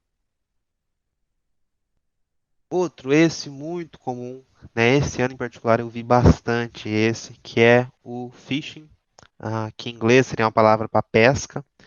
É uma maneira desonesta para enganar usuários e os levar a revelar informações pessoais como senhas, dados de cartão de crédito, CPF, número de conta bancária. Eles fazem isso enviando os e-mails falsos ou direcionando você a websites falsos. Veja, que diferente do spyware, ele não vai instalar um programa, um software no seu dispositivo para monitorar as suas ações e aí roubar suas informações. Aqui ele vai tentar levar você a fornecer as informações. Então, como que ele faz isso? Principalmente através de e-mails ou mensagens falsas ou direcionando você a websites falsos. Isso aqui acontece muito. Eu vou dar até alguns exemplos aqui. Por exemplo, vocês olham nessa tela, vocês estão vendo a tela do Facebook, certo? A tela de login do Facebook. Tudo certinho aí. Só que se a gente olhar para o URL, ou seja, para o link aqui, deixa eu ver se eu consigo dar zoom, acessado, vocês vão ver que isso aqui não é o Facebook.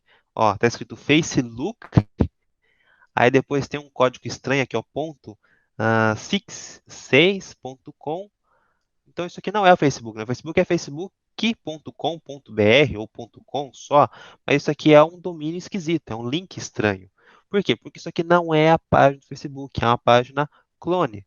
Só que de repente você não se atenta a isso, você olha, aparece a página do Facebook, e aí você coloca o seu e-mail e sua senha aqui. Pronto, você forneceu as suas informações de bom grado para o atacante, certo? Então isso é muito comum, acontece bastante. Outro exemplo, aqui fica uma crítica minha até ao Facebook, que é, você tem uma propaganda bastante absurda, até você tem uma TV 4K de 58 polegadas, não fala a marca?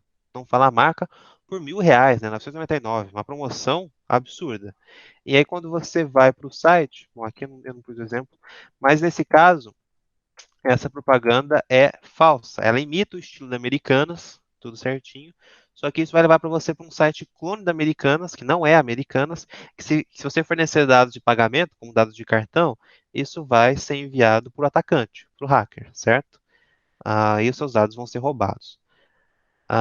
Qual que é a minha crítica para o Facebook? Veja, esse anúncio, além de tudo, ele é patrocinado, ou seja, a pessoa cria uma página que imita Americanas, ela está criando anúncios que imitam da Americanas, e ela ainda consegue que o Facebook anuncie isso para ela. Né? Isso aqui, mesmo que você não curta a página, isso pode aparecer no seu Face como um anúncio do Facebook. E eu já denunciei alguns anúncios desse e recebi mensagem do Facebook dizendo que nada no anúncio contraria as políticas do Facebook. É um golpe para roubar informações e o Facebook não vê problema. Por outro lado, outro dia, né, a Suzy, não sei se você viu, Jesus também, a gente está anunciando algumas peças que nossos voluntários fizeram na ONG, e uma das peças é a namoradeira, né, que é o busto, um busto de uma mulher negra. E quando eu coloquei isso no Facebook, ele censurou, ele disse que aquilo era conteúdo indevido. Aí depois eu pedi para reanalisar, e eles aí ficou tudo bem. Eles viram que não tinha nada demais. Né, provavelmente tem um programa que faz isso de forma automática, e eles viram, né, que era um busto feminino, e eles devem ter, o algoritmo deve ter entendido que era uma imagem imprópria. E depois eles analisaram e viram que não é. Mas o que eu acho engraçado é como que um golpe passa por eles sem eles verem problema. Aí você denuncia e eles continuam não vendo problema. Mas enfim. Aqui é um exemplo, né, desse tipo de anúncio que você pode encontrar, que olha, é exatamente o site da Americanas, é igualzinho, pelo menos nada que ah, a gente consiga perceber a diferença, né? A gente tem aqui o carrinho, tem o item aqui, veja, é um valor absurdo, isso é muito comum nesses casos, que é tentar sempre trabalhar com o emocional da pessoa, né? Então você vê um item de alto valor por um preço muito bom, né? Então nesse caso aqui é um J8, nem sei quanto está custando o 8, mas é um celular aqui até razoável, por R$ 400, certo? 399. Mas novamente, veja, quando a gente olha aqui para o URL, não é Americanas, olha, www.212.aposto que aqui tem o que você quer.com, uma coisa meio absurda. Porque esse não é o site da Americanas, é um site clone que se você fornecer as informações, você vai, ah, esses dados vão ser roubados.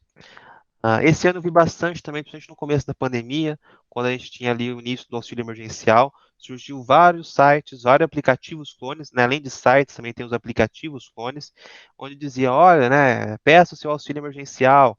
Aí não era o site do governo, não era o site oficial. Isso aconteceu muito antes de começar os pedidos oficiais, né? Eu já tinha anunciado a medida, mas ainda não tinha o sistema para se cadastrar, e aí apareceu muito desse tipo de coisa, para que as pessoas colocassem ali dados pessoais, dados de banco, para eles roubarem isso. É algo a se tomar bastante cuidado. Outro que a gente já comentou, né, o ransomware, é um software malicioso que criptografa os dados do seu sistema e exige o pagamento de uma taxa para o sistema voltar a funcionar, para você ter o sistema de volta. Então, esse a gente já comentou. E veja que isso ainda afeta, isso aqui eu pesquisei, acho que no domingo, e isso ainda afeta bastante as organizações, né? Então, aqui, por exemplo, a Campari sofreu isso 2 semanas atrás, foi vítima de um ransomware, e aí ela teve que interromper o serviço de TI por um tempo. O STJ também sofreu isso, né, mês passado, e é um ransomware específico que também está atingindo outros países. A Capcom, que é uma empresa de jogos, também sofreu isso um mês atrás e muitos dados foram criptografados. Eu vejo que as empresas estão ainda sofrendo muito com esses ataques dos ransomwares. Bom, essas são, acho que, as ameaças básicas que a gente tem. Tem outras, claro, mas essas são algumas importantes a gente entender. E só quis colocar aqui no final algumas coisas, né, alguns termos que a gente usa, entender exatamente o que eles significam. O primeiro é o termo hacker, né, ou hacker, que se utiliza muito e às vezes a gente não é bem claro o que significa. Né, um hacker, ele é um indivíduo com amplo conhecimento em informática que faz o uso desse conhecimento para encontrar falhas e medidas de correção para essas falhas. Normalmente, um hacker atua na área de segurança da informação, sendo consultor de segurança ou prestando serviço para a empresa do ramo. Então, veja, o hacker ele tem um grande conhecimento em computação, principalmente na área de segurança. Então, ele vai ser capaz de encontrar as falhas e as brechas de segurança e também de sugerir, né, e desenvolver medidas para corrigir ou para minimizar essas falhas, certo? Quando se fala hacker, normalmente, na verdade, se pensa aqui no cara de baixo, né, no cracker, ou cracker, não sei se seria essa a pronúncia correta, que, assim como os hackers, eles também possuem um conhecimento avançado em informática, porém usam esse conhecimento em benefício próprio ou destrutivo. Né? Então, quando se fala hacker, na mídia principalmente, normalmente se fala dos atacantes, né, das pessoas que usam esse conhecimento, que encontram as brechas, mas utilizam essas brechas em benefício próprio ou destrutivo. Então, normalmente, esse é o termo que a gente usa para o cracker. Mas, de fato, existe uma certa discussão desses termos, né, não é uma coisa bem fechada, mas o que vocês devem entender é que quando se fala hacker, né, ou hacker, é simplesmente alguém que tem esse amplo conhecimento em informática, em computação, né, principalmente na área de segurança, mas que não necessariamente usa isso de forma maliciosa, certo?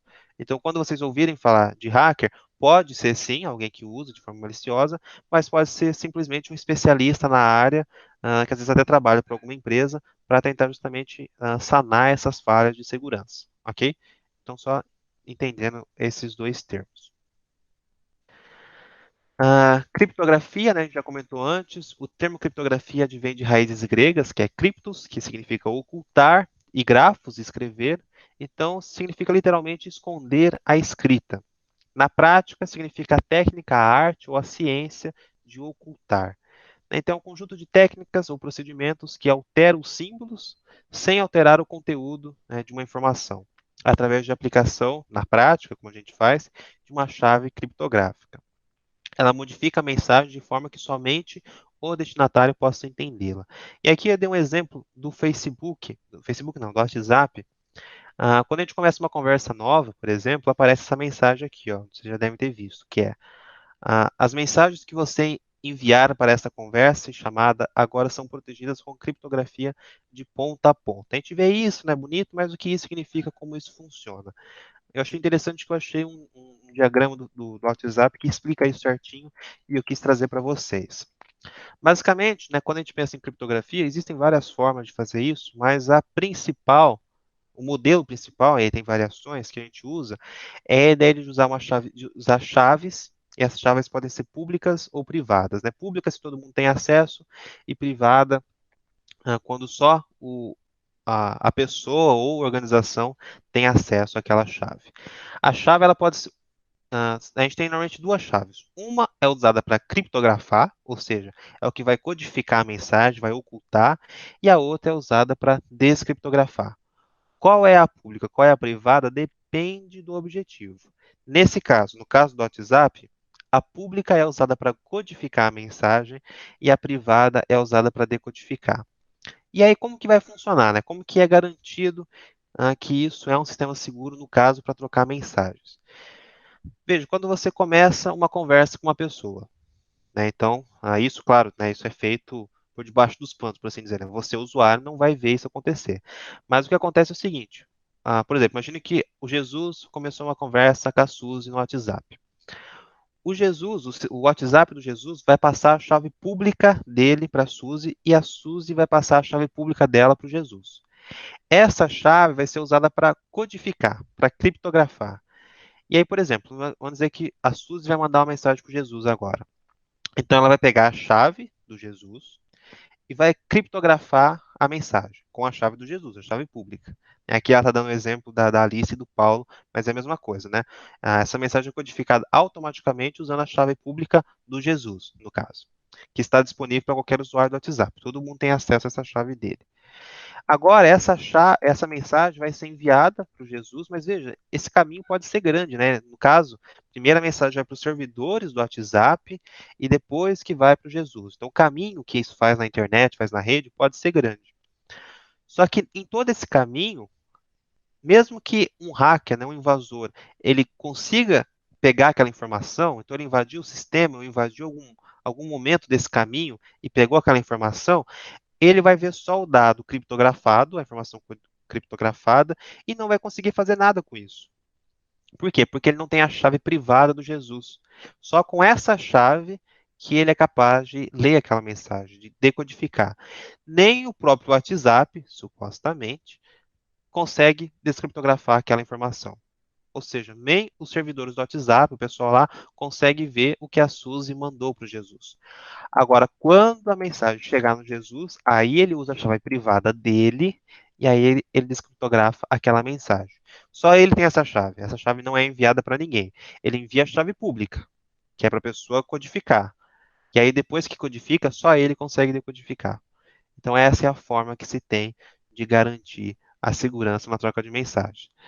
Da mesma forma, quando Jesus vai mandar a mensagem para a Suzy, é o processo inverso. Aí ele pega a chave pública dela, codifica, envia. Qualquer pessoa que tiver acesso a essa informação, se ela conseguir pegar essa informação, não vai conseguir fazer nada com ela, porque só a Suzy tem a chave que descriptografa. Chave é um código, né? É um código. Maravilha. A gente comentou de assinatura digital, né? Que eu mostrei o exemplo do certificado. Existem algumas formas de fazer isso. Mas uma delas é usando esse esquema de criptografia, mas no caso a gente inverte qual que é a chave pública e qual que é a privada. Nesse caso, só a chave privada é a chave que criptografa, certo? É aquela que vai codificar. E a pública é a que decodifica. Então o que acontece? Quando, através da certificação digital, aquela empresa, aquela pessoa, instituição, gera um código, na verdade ela criptografou uma informação. Então, por exemplo, no caso que eu dei do exemplo da CAPES, deve ter um link para o meu certificado, né, o link que baixa o meu certificado, minha declaração, e ela pegou esse link e codificou. Quando ela codificou, gerou aquela chave, aquele código que a gente não consegue entender porque ele está criptografado. Quando eu quero validar, o que eu faço? Eu vou no sistema deles, onde lá vai ter a chave pública disponível para todos. No caso, eles não devem estar disponibilizando facilmente, mas poderia disponibilizar, não tem problema. E quando descriptografa, aí volta o link, aí eles mostram o arquivo para mim, né, que foi o que foi feito lá. E se não conseguir descriptografar ou o link não for válido, aí ele vai falar, olha, não fui eu que gerei essa chave, não fui eu que gerei essa mensagem, certo? Essa informação. Então, usa essa mesma ideia da criptografia, só que invertendo qual chave é privada, qual é pública, aqui para tentar. Se só você tem acesso à sua chave privada, que é a ideia, então só você pode gerar aquele tipo de mensagem. Então, se eu consigo descriptografar, é porque você gerou, porque só você consegue fazer isso. Então, essa é a ideia no caso da assinatura digital. Então, usando praticamente o mesmo mecanismo, mas com um objetivo diferente. Agora, né, algumas dicas de proteção aqui, básicas, né, algumas, né, muitas você já deve fazer, já deve conhecer, mas acho que é importante a gente comentar, né, para a gente proteger os nossos dados, nossos equipamentos, quando a gente estiver navegando na internet. Então, a primeira, a mais básica, é evite links suspeitos, né? Então, quando a gente recebe um link por e-mail ou por mensagem, seja no Facebook, WhatsApp, o que que for, tomar bastante cuidado. A gente só clicar quando a gente tiver certeza da procedência daquele link, certo? Aí entra o link de notícias sensacionalistas, por exemplo, ou quando pede uma ação, né? Clica aqui para ganhar dinheiro. Claro que aqui é um exemplo exagerado, mas promoções com muito abaixo do preço, é comum eles usarem para fazer isso. Ou falando, olha, clica aqui para ganhar um certo item, você foi selecionado para ganhar esse item, coisa do tipo. Muito provavelmente esses são links maliciosos que ou vão fazer o download de um vírus, ou vai tirar para uma página falsa na aplicação de um phishing, né, para roubar suas informações. Então, tomar bastante cuidado com os links em que a gente clica. Perfis de Facebook, né? Tomar cuidado com o que a gente adiciona no Facebook. Primeiro, se a gente conhece ou não a pessoa, certo? E também se são perfis falsos, que utilizam dados reais. Isso também acontece, às vezes, de surgir links de pessoas que a gente conhece, mas que não é da pessoa, né? Alguém pegou a foto dela, pegou as informações e criou um perfil fake.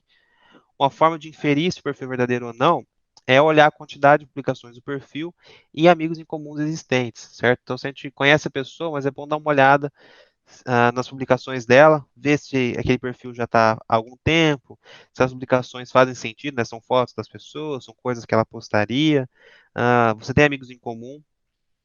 E por que que é problemático, né, a gente aceitar um perfil fake? Né, ou de alguém que a gente não conhece. Só do aceitar, né, provavelmente não aconteça muita coisa, né? Você vai aceitar e vai infectar seu computador, seu celular? Não, não é assim que acontece. Mas você já abriu uma brecha. Né? A partir disso, a pessoa pode te enviar uma mensagem, ela pode publicar alguma coisa que ali pode estar o ataque. Né? Então, de repente, você aceita aquela pessoa achando que é um conhecido seu, um amigo seu, e aí quando ela te envia um link, olha, Suzy, né? Olha, Mari, clica nisso aqui, né? Olha que legal isso aqui, olha essa notícia, poxa, e de repente ali está o ataque malicioso. Então, você abriu uma brecha que pode ser explorada depois. Ou simplesmente a pessoa, né, dependendo do golpe que ela quiser aplicar, uma vez que ela tem você no Facebook, ela vai ter acesso a algumas publicações que de repente você coloca só para os amigos verem. Né? Hoje em dia é muito comum a gente não deixar tudo público, é interessante. E ela começa a ver o que você posta, ver o seu comportamento e ela pode usar essas informações para algum golpe futuro também. Né? Uma vez que ela tem um perfil seu, ela pode usar aquelas informações. Então, aqui está o Facebook, claro, mas qualquer rede social, na verdade. Né? Então, tomar um certo cuidado com isso. Cuidado com as senhas, claro, né? Tente colocar senhas fortes e diferentes, no seu smartphone, computador, rede social e trocar elas regularmente. Né? Assim, as chances que alguém as descubra se tornam menores. Veja, é complicado, a gente tem o costume de fazer isso, mas não é bom, por exemplo, você ter uma senha única. Né? Porque qual que é o problema de ter uma senha única? É muito possível que um dos sistemas que você use, em algum momento, sofra um ataque. Né? Às vezes nem todos são seguros. De repente você tem a senha do banco e o aplicativo do banco provavelmente é bastante seguro, ou pelo menos deve ser. Mas de repente você usa aquela mesma senha para se cadastrar num site, ah, sei lá, algum fórum na internet que você quer ver uma informação e você se cadastra lá. Provavelmente aquele site não é tão seguro quanto. Mas se for a mesma senha, pensa, se você, aquela senha é exposta, se o hacker imaginar que você usou aquela mesma senha para tudo e começar a tentar acessar os seus outros perfis, as suas outras contas, ele vai conseguir, porque é a mesma senha. Se são senhas diferentes, quando uma senha é exposta, ele só vai ter acesso àquele sistema, não vai ter acesso aos outros. Né? Então, por isso é importante a gente tentar usar senhas fortes, que sejam mais difíceis de serem descobertas, e usar senha diferente para cada tipo de coisa. E lembrar a senha depois, claro. Utilize softwares originais. Qual que é o problema de utilizar software pirata? Né? Fora que não é legal, claro. Mas o problema é em relação à segurança. Veja, quando a gente utiliza um software pirata, primeiro o usuário vai ter que recorrer ao download do instalador de um site possivelmente não confiável. Claro, né, sites confiáveis, grandes, não vão colocar conteúdo pirata para a gente baixar. E ao fazer isso, e para fazer o programa funcionar, normalmente a gente tem que recorrer à instalação de um crack. O crack ele é um programa que a função dele é justamente quebrar a segurança do software, né, que você está querendo instalar, para ativá-lo sem você ter que pagar. Então veja, o programa é para quebrar a segurança, né, para quebrar a segurança do software que você está baixando, no caso. Mas quem garante para você que ele vai realmente só fazer isso, né? Então ele quebra a segurança para ativar o software e não faz mais nada. Quem garante que ele não instala mais nada além disso? Quem garante que ele não pega a informação sua por algum motivo? Você está dando permissão para ele fazer o que quiser, acreditando que ele só vai ativar o software para você. Mas quem garante? Então, esse é um dos problemas de utilizar software pirata, né? A gente vai ter que recorrer a programas não muito seguros que podem ou não ser maliciosos. Então, é uma roleta russa, é uma aposta, certo? Então, o ideal é não utilizar software pirata. Promoções milagrosas, certo? Isso entra um pouco naquela história da primeira dica, né, de tomar cuidado com os links, mas em especial, né, tomar cuidado com as promoções milagrosas, né, preços muito abaixo do normal. Nesse caso, né, se a gente entrar na oferta, sempre olhar, na verdade, qualquer site que a gente entrar, sempre olhar no link e ver se é o que realmente, o que diz que ser, né? Então, Americanas, por exemplo, é americanas.com. Não vai ter igual o outro lá que é aqui tem o preço que você quer, não lembro o que que era. Era um link muito absurdo, uma coisa muito nada a ver. Então tomar um certo cuidado de ver se o link é real. Atente-se ao seu celular. Aqui falando, por exemplo, cuidado com SMS, que fala que você precisa fazer tal coisa, você está devendo alguma coisa, a gente precisa da sua informação. Por exemplo, se você usa aplicativo de banco, se tiver alguma a informação a ser atualizada, o banco vai pedir no próprio aplicativo. Na hora que você abrir o aplicativo, vai vir uma notificação. Olha, você precisa, tem ações que você precisa fazer no próprio aplicativo. Ele não vai te mandar um SMS para você, olha, para você responder as informações pelo SMS. No máximo, ele vai mandar, olha, você precisa abrir seu aplicativo para alterar alguma coisa. Nunca pelo SMS, certo? Então, tomar cuidado com esse tipo de coisa. Assim como eu falei de tomar cuidado com sites clones, sites falsos, tomar cuidado também com aplicativos falsos, certo? Que se passam por outro. É a mesma tática do phishing que a gente falou dos sites falsos, certo? Então, dá sempre preferência para a gente procurar os aplicativos direto da loja do celular, né? Seja para a Google Play do Android ou a Apple Store do iPhone, e sempre olhar os comentários do usuário, né? Ver se é aquele aplicativo oficial, né? Se é aquele mesmo que você está procurando. Se não for, provavelmente estão alguém comentando, olha, isso é clone, isso é vírus, ou coisa do tipo. Então, aí evitar baixar de outras fontes, né? Baixar o programa direto, um APK, que entra um pouco na história do software pirata e do risco disso, ou de um link desconhecido, né? Tentar direto na loja. Você quer baixar um certo aplicativo, entra na loja, pesquisa lá, vê os comentários e baixa a partir dali. A sétima dica é se previne e se informe. Agora, de forma genérica, né? Então, na dúvida, né? A gente não tem conhecimento de tudo. Na dúvida, vai atrás, pesquisa, veja se aquilo é real, se não é.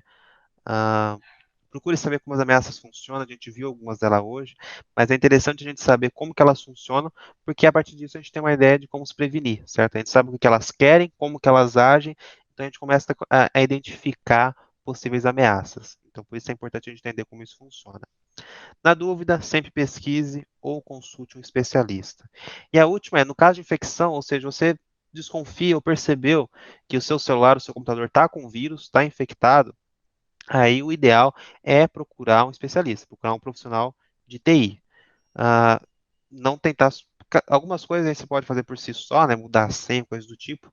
Mas a mesma ideia, quando a gente está doente, a gente até se previne, né? A gente cuida da nossa saúde, tenta se alimentar bem, faz exercício físico, são as medidas de prevenção. Mas uma vez que a gente fica doente, que a gente é infectado, o que a gente faz? O ideal é que a gente procure um médico. Não tente se tratar sozinho.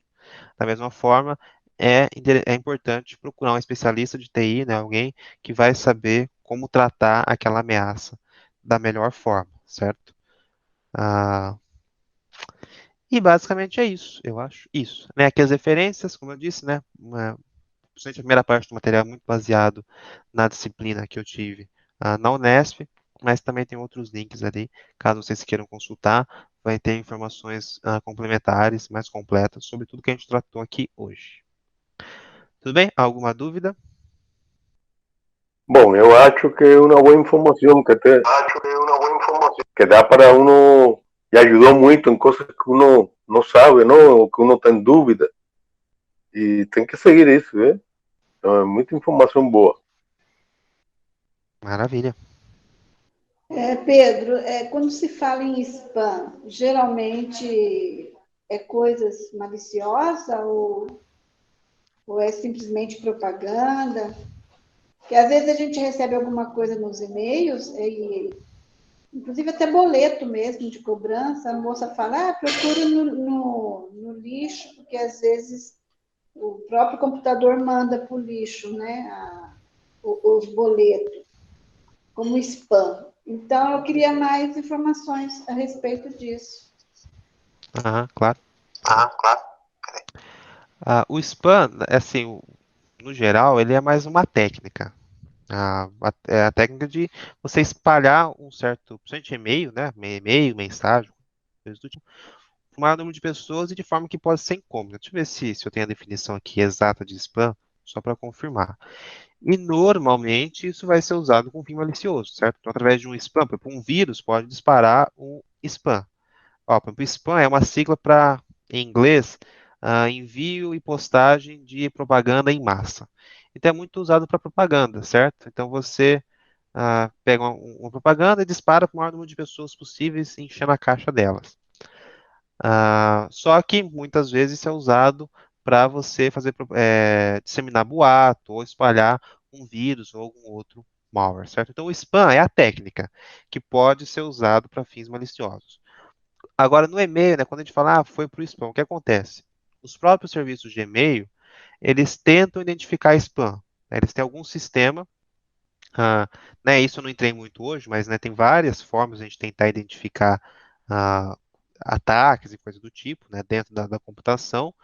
Só que muitas dessas técnicas, na verdade, todas essas técnicas, ela é sujeita a tanto falso positivo como falso negativo. Ou seja, pode ter um e-mail que você recebe que é spam, é um conteúdo malicioso ou indesejado, que você não quer na sua caixa, mas que de repente não foi classificado como spam, então foi para sua caixa de entrada. Assim como pode ter um falso positivo, que é você receber um conteúdo autêntico, uma propaganda que de repente você requeria receber, ou e-mail de alguém que você queria receber, e aquilo foi identificado como spam. Então, por isso que, dependendo do que for, a gente tem que ir lá no spam e recuperar algum e-mail que, na verdade, é autêntico. Não, normalmente a gente sabe quando é isso, quando a gente está esperando, certo? Alguém falou, olha, eu vou te enviar o boleto, aí realmente chega o boleto, né? É diferente de quando surge uma cobrança indevida. Olha, você está devendo tal coisa e você nem lembra daquilo. Provavelmente nesse caso é malicioso. O que esses programas, né, esses sistemas se confundem é justamente nessa semelhança que acontece, né? Então, por exemplo, na aula passada que a gente trabalhou sobre e-mail, um dos testes que eu fiz foi enviar um e-mail, acho que do meu e-mail da ONG, para o meu e-mail do Outlook, certo? Só para mostrar para vocês para eu testar. Depois eu fui ver, né, depois da aula, que aquele e-mail tinha ido para a caixa de spam. Por que foi para a caixa de spam? Porque o Outlook achou estranho. Falou, olha, por que eu estou recebendo um e-mail que é muito parecido com o seu, né, Pedro Paiola, mas não é o seu e-mail, é outro e-mail. Tem algo estranho. Por quê? Porque essa é uma das técnicas que os hackers usam, né? Você usa um e-mail parecido com o do usuário. Não sei bem qual é a ideia deles, mas eles fazem isso. Então, né, o sistema é sensível a falsos positivos e falsos negativos. Mas então, resumindo, é isso. O spam é a técnica desse disparo em massa de e-mails e que pode ter fim malicioso. E o sistema de detecção de e-mails é bom, é importante, ajuda bastante, mas ele tem falhas como qualquer sistema. Então, ele pode tanto classificar e-mails autênticos como spam, como pode deixar passar spam para a caixa de entrada. Pedro, quando você falou aí com relação ao celular que se me caiu aqui, você falou alguma coisa concreta da segurança do celular? Celular, tem alguns antivírus, eu não sei dizer quais são um bom antivírus, isso eu praticamente não uso. Eu acho que acima de tudo a prevenção, né? Então, tomar cuidado com link suspeito, tomar cuidado, ah, instalar os aplicativos apenas da loja do celular, certo? Não baixar de outro lugar. Então, acima de tudo a prevenção. Existem alguns softwares, sim, alguns aplicativos que ajudam a diagnosticar o celular atrás de vírus, mas precisaria fazer uma pesquisa melhor em cima disso. Não sei indicar quais são os melhores. Tem que tomar um certo cuidado com isso também, certo? Né? Às vezes, aplicativos que se vendem como antivírus, mas na verdade, se não são maliciosos, eles também não fazem muita coisa, às vezes. Tem que tomar um certo cuidado.